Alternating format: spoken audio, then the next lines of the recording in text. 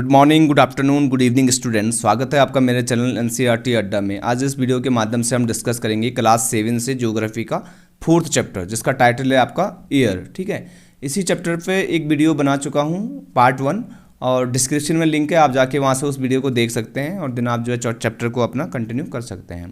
Channel पे नए आए हैं, चैनल को सब्सक्राइब कर ले, बेल आइकन को प्रेस कर ले, ताकि जितने भी वीडियोज़ आएंगे ग्रामर से रिलेटेड हो या फिर सोशल स्टडीज़ से रिलेटेड हो, उसका जो है नोटिफिकेशन आप तक पहुँचे और आप जो है वीडियो को देखें। और वीडियो को लाइक शेयर ज़रूर करें, जो अदर स्टूडेंट्स हैं उनके साथ जो है लाइक शेयर करें वीडियो को, और लाइक करें। और अगर कोई डाउट रहता है टॉपिक से रिलेटेड तो आप कमेंट बॉक्स में जो है अपना डाउट जो है पूछ सकते हैं। तो आज का हमारा टॉपिक है स्ट्रक्चर ऑफ द एटमॉस्फेयर। देखेंगे इसमें क्या है।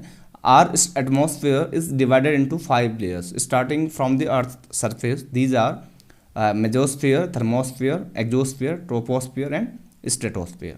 तो जैसे मैं एक डायग्राम से मैं आपको बता देता हूँ कि जो हमारा अर्थ है, ये हमारा आप देख सकते हैं यहाँ पे अर्थ का डायग्राम मैंने दिया हुआ है। तो हमारा अर्थ का ये सरफेस आप इसको ले लीजिए। अर्थ का ये सरफेस है हमारा, और इस सरफेस से जब आप जो है ऊपर की ओर जाते हैं, ठीक है, अर्थ के सरफेस से आप ऊपर की ओर जाते हैं एटमॉस्फेयर में, तो आपको 5 लेयर्स देखने को मिलेंगी। ठीक है, तो starting from the earth surface जो आपकी फर्स्ट लेयर होंगी वो होगी आपकी ट्रोपोस्फेयर, फिर आपकी सेकंड होगी स्ट्रेटोस्फेयर, देन आपकी मेजोस्फेयर, थर्मोस्फेयर एंड एक्सोस्फेयर। तो ये 5 लेयर्स आपकी जो है इस प्रकार एटमॉस्फेयर में रहती है।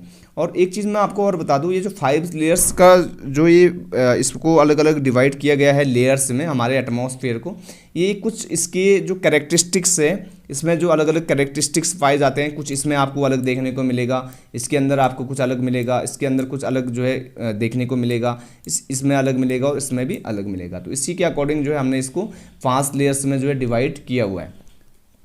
अब आप देखेंगे जो फर्स्ट लेयर है हमारी ट्रोपोस्फियर, ठीक है, ये हमारी अर्थ से लगने वाली जो पहली लेयर है, यानी कि सबसे पास में है अर्थ के। तो इसमें क्या क्या इसके फीचर्स हैं। ये जो लेयर है हमारी, ये सबसे इंपॉर्टेंट लेयर है एटमॉस्फेयर की, ये आप जो है इसको आप देख लें। ठीक है, इंपॉर्टेंट लेयर इसलिए है क्योंकि जितने भी वेदर फिनोमेना होते हैं, ठीक है, वेदर से रिलेटेड जितने भी फिनोमेना होते हैं, यानी कि रेनफॉल होना और फॉग वगैरह, हिल स्टॉर्म, ठीक है, यानी वेदर से रिलेटेड बारिश या बादल बनना, ठीक है, क्लाउड फॉर्मेशन, रेनफॉल वगैरह सारी चीज़ें इसी के अंदर होती है। इसके अंदर आप यहाँ पे देख सकते हैं माउंट एवरेस्ट भी, जो जिसकी हाइट जो है 8850 मीटर के आसपास है, तो ये भी जो है यहीं पे आपको देखने को मिलेगा। इसके अलावा इसकी जो एवरेज हाइट है ये है 13 किलोमीटर। एवरेज हाइट है इसकी 13 किलोमीटर। एवरेज हाइट इसलिए यहाँ पे लिखा हुआ है क्योंकि कहीं पे इसकी हाइट ज़्यादा है, कहीं पे इसकी हाइट कम है। ठीक है, पोल्स की बात करें या इक्वेटर की बात करें। फिर सेकंड जो लेयर है हमारी वो है हमारी स्ट्रेटोस्फियर। अब एक चीज़ मैं यहाँ पे और आपका क्लियर कर दूँ, ये जो लेयर्स है बीच में, जैसे कि आप जो है अगर अर्थ के सरफेस से या आप जो है ऊपर जाते हैं, ठीक है, तो 13 किलोमीटर तक, यानी कि एवरेज हाइट बता रहा हूँ मैं, 13 किलोमीटर तक आप जाएंगे तो आपको जो है ट्रोपोस्फियर ही लगेगा। ठीक है, जब आप ट्रोपोस्फियर के बाद आप स्ट्रेटोस्फियर में इंटर करेंगे तो आपको बीच में एक बाउंड्री मिलेगी जिसका नाम यहाँ पे लिखा गया है ट्रोपोपॉज। ठीक है, ट्रोपोपॉज। इसी प्रकार जब आप स्ट्रेटोस्फियर से मेजोस्फियर में इंटर करेंगे तो आपको एक बाउंड्री मिलेगी जिसका नेम है स्ट्रेटोपॉज, यानी कि इसके नेम से जो है इसका ओरिजिन हुआ है, और लास्ट में जो है पॉज जोड़ा हुआ है, यानी कि पॉज का मतलब जहाँ पे रुक गई है वो बाउंड्री। ठीक है, इसी प्रकार जब आप मेजोस्फियर से जो है थर्मोस्फियर में जाएंगे तो बाउंड्री लगेगी जिसका नाम है मेजोपॉज। ठीक है, इस प्रकार एक देखने को मिलेगा। स्ट्रेटोस्फियर में क्या है, above the troposphere lies the stratosphere. मैंने बताया अबव द ट्रोपोस्फियर, यानी कि ट्रोपोस्फियर के बाद जो है आपका स्ट्रेटोस्फियर लगता है।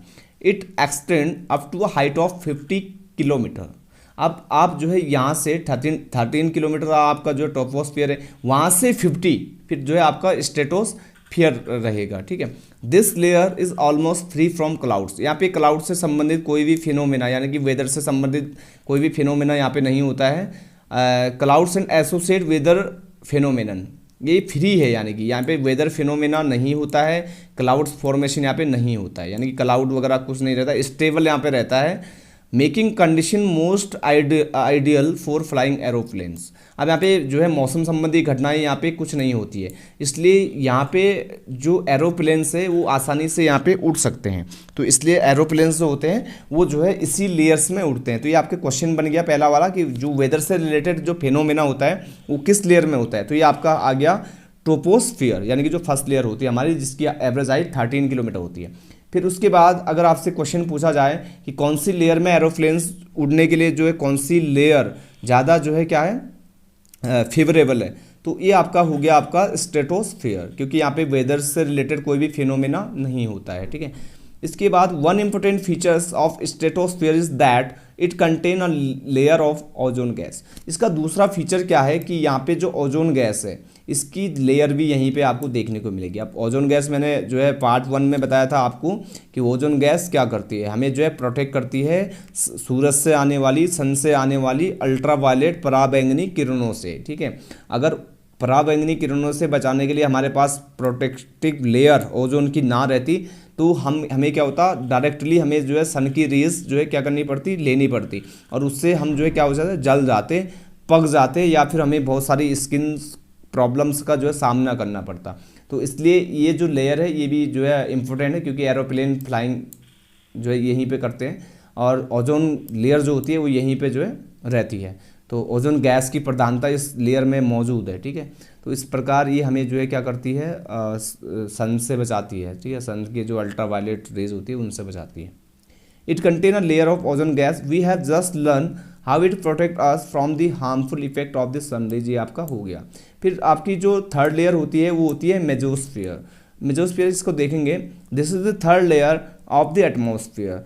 एटमॉस्फेयर के अंदर आप जैसे नीचे से ऊपर जाते हैं तो 2 तक हो गया, और थर्ड लेयर आपकी शुरू हो जाती है मेजोस्फीयर। ठीक है, ये इसकी क्या जो है कैरेक्टरिस्टिक्स है, ये आपका हो गया, ये तो सिंपल है। It lies above the stratosphere. ठीक है, it extend up to the height of 80 kilometre. अब यहाँ तक आपका जो है 50 किलोमीटर आपका स्ट्रेटोस्फीयर हो गया। 50 से जब हम ऊपर 80 तक जाएंगे तो आपका जो है आएगा मेजोस्फीयर। ठीक है, meteoroid burn up in this layer on entering from the space.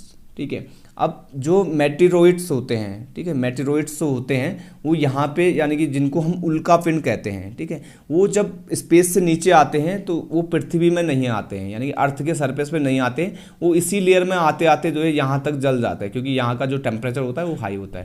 तो यहाँ तक आते आते वो क्या हो जाते हैं, जल जाते हैं। तो न्यूज़पेपर या आप जो है टीवी में आप सुनते होंगे कि एक बड़ा सा उल्कापिंड जो है पृथ्वी से टकराएगा करके, या इस प्रकार से आपने सुना होगा, और पृथ्वी जो है नष्ट हो जाएगी। इस प्रकार से आप जो न्यूज़पेपर टीवी चैनल्स में जो है डेली जो है सुनते हैं। लेकिन ऐसा नहीं है, क्योंकि जब मेटेरोइड आएगा तो वो क्या होगा, जब ऊपर से आएगा तो यहाँ तक आने में वो जल जाएगा। इस प्रकार ये तारे आप देख सकते हैं, स्टार्स जो टूटते हुए आपने देखा होगा। तो इस प्रकार स्टार जो आते हैं यहाँ पे ये टूट जाते हैं। मेटेरोइड क्या होता है, कोई भी सब्सटेंस जो पृथ्वी में आके जो है यहाँ तक, यानी कि हमारे वायुमंडल में आता है, ठीक है, या हमारे जो एटमॉस्फेयर में आता है, तो यहाँ जब आता है और इस यहाँ पे वो जल जाता है। ठीक है, तो उसको हम मेटेरोइड कहते हैं या उल्कापिंड कहते हैं। फिर आपका नेक्स्ट लेयर आपका thermosphere. Thermosphere temperature rise in thermosphere temperature rises very rapidly with increasing height. अब जैसे जैसे हाइट बढ़ेगी, अर्थ के सरफेस से ऊपर जाएंगे तो हाइट बढ़ेगी, और जैसे जैसे हाइट बढ़ेगी टेम्परेचर भी बढ़ेगा। ठीक है, टेम्परेचर बढ़ता जाएगा रैपिडली, यानी कि बहुत तेज़ी से जो है टेम्परेचर बढ़ेगा। अब एक इम्पोर्टेंट फीचर है थर्मोस्फीयर का कि जो हमारी एक जो है आयनोस्फीयर की जो लेयर होती है वो भी जो है यहीं पे पाया जाता है, यानी कि ये सब लेयर, इसको हम कह सकते हैं ionosphere. Ionosphere is a part of this layer. अब ये जरूर क्वेश्चन पूछा जाता है कि आयनोस्फीयर जो है किस लेयर का पार्ट है, तो ये हमारा थर्मोस्फीयर का पार्ट है। ठीक है, तो ये आपको क्वेश्चन में ज़रूर मिलेगा कि आयनोस्फीयर किस लेयर का पार्ट होता है। तो थर्मोस्फीयर का ये आयनोस्फीयर एक जो है सब पार्ट है। ठीक है, तो यहाँ तक हो गया, मेटेरोइड हो गया, और जितने भी हमारे जो स्पेस क्राफ्ट होते हैं या जो हमारे सैटेलाइट होती है, तो ये हम जो सैटेलाइट जो है स्पेस में छोड़ते हैं तो यहीं पे जाके, यानी कि थर्मोस्फीयर में जाके या फिर कुछ जो है एक्सोस्फीयर में जाके जो है यहीं से जो है वो क्या करती है, डिस्कवरी वगैरह जो भी काम इनका रहता है, ठीक है, वो यहाँ पे जाके ये करते हैं।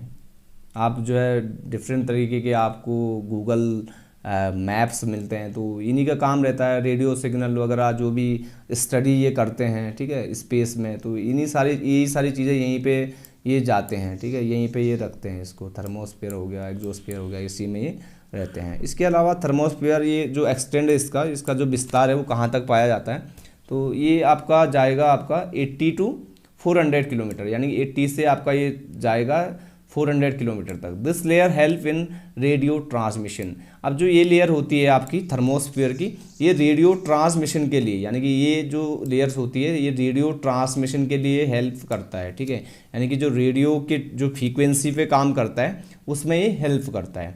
इनफैक्ट जो रेडियो वेव्स होती है transmitted from the earth are reflected back to the earth by this layer, यानी कि जो भी रेडियो ट्रांसमिशन होता है वो यहाँ से जो है हमारी जो फ्रीक्वेंसी होती है वो रिफ्लेक्ट करती है अर्थ पे।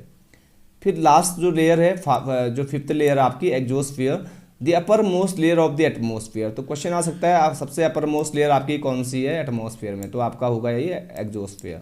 It is known as exosphere. This layer has very thin air. यहाँ पे बहुत थिन एयर जो है हल्की हवाई रहती है, लाइट गैसेस जिसे हम कहते हैं, हीलियम हो गया, हाइड्रोजन हो गया, यहीं से वो जो है स्पेस में फ्लोट करती है, तैरती रहती है, ठीक है, स्पेस के अंदर, और यहाँ से आपका स्पेस पे शुरू हो जाता है। तो इसके अलावा हम जो है पार्ट 3 में डिस्कस करेंगे वेदर एंड क्लाइमेट और टेम्परेचर के बारे में। तो ये सारी चीज़ें हम नेक्स्ट वीडियो में डिस्कस करेंगे।